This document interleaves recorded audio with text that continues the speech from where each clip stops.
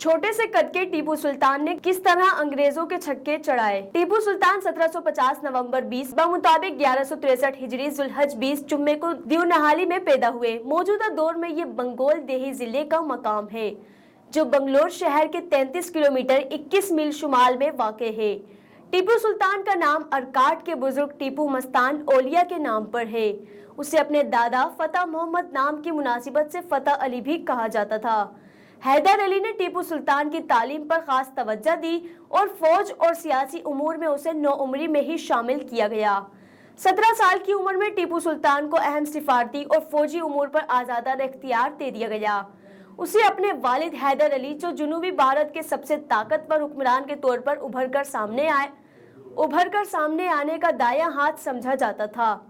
टीपू सुल्तान का पूरा नाम फतेह अली टीपू था। आप हिंदुस्तान बंगलोर में नवंबर 20 1750 में हैदर अली के घर पैदा हुए। आपके वालिद सुल्तान हैदर अली ने जनूबी हिंद में 50 साल तक अंग्रेजों को बजोर ताकत रोके रखा और कई बार अंग्रेज अफवाज शिकस्त फाश भी दी। आपने बरतानवी साम्राज्य के खिलाफ एक मजबूत मज़ामत फराहम की और बरसगीर के लोगों को गैर मुल्की तसल्लुत से आज़ाद करने के लिए संजीदा व अमली इक़दामात किए। सुल्तान ने इंतहाई दूरदर्श असरात की हामिल फौजी इस्लाहात नाफिज की, सनअत व तिजारत को फ़रोग़ दिया और इंतज़ामिया को असरिनो मुनज़्ज़म किया गया। सुल्तान को इस बात से इत्तेफाक था कि बरसगीर के लोगों का पहला मसला बरतानवी ख़राज है।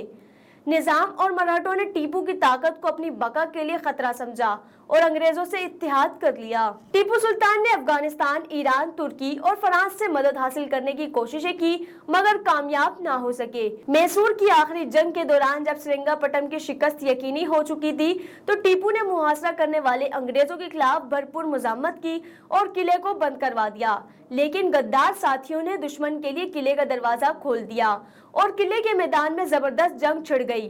बारूद के जखीरे में आग लग जाने के बायस मुज़ाहमत कमजोर हो गई। इस मौके पर फ्रांसीसी अफसर ने टीपू को चतरादर भाग जाने और अपनी जान बचाने का मशवरा दिया मगर टीपू राजी ना हुए। टीपू सुल्तान की जिंदगी एक सच्चे मुसलमान की जिंदगी थी। वो मजहबी तासुब से पाक थे। यही वजह थी कि गैर मुस्लिम उनकी फौज और रियासत में आला ओहदों पर फाइज थे।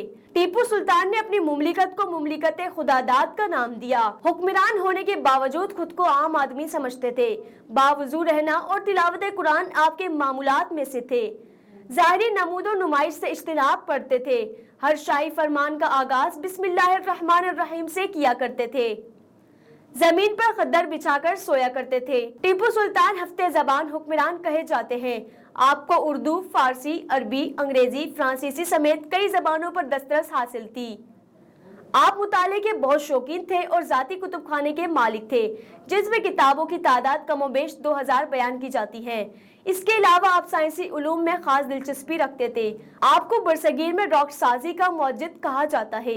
मैसूर के चौथी जंग में जो पट्टम सरंगा में लड़ी गई जिसमें सुल्तान ने कई रोज किला बंद होकर मुकाबला किया मगर सुल्तान की फौज को दो गद्दारों मीर सादिक और पोर्निया के अंदरूने खाना अंग्रेजों से साजबाज कर ली थी।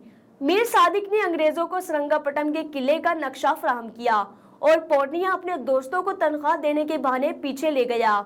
शेर मैसूर कहलाने वाले टीपू सुल्तान ने दाद शजात देते हुए कई अंग्रेजों को जन्म हासिल किया। शेर मैसूर कहलाने वाले टीपू सुल्तान ने दाद शजात देते हुए कई अंग्रेजों को जहन्नुम हासिल किया और श्रीरंगपट्टम के किले के दरवाजे पर जाम शहादत नोश फरमाया। ताहम BS येदियुरप्पा 2019 की PGP हुकूमत के बरसर इक़्तिदार आने के बाद उन तकारीब के बंद करने का ऐलान इसी साल जुलाई के महीने में कर दिया गया। बावजूद इसके अवामी सतह पर हर साल 10 नवंबर को टीपू सुल्तान जयंती और 4 मई को टीपू सुल्तान को यौम शहादत बड़ी अकीदत से मनाया जाता है।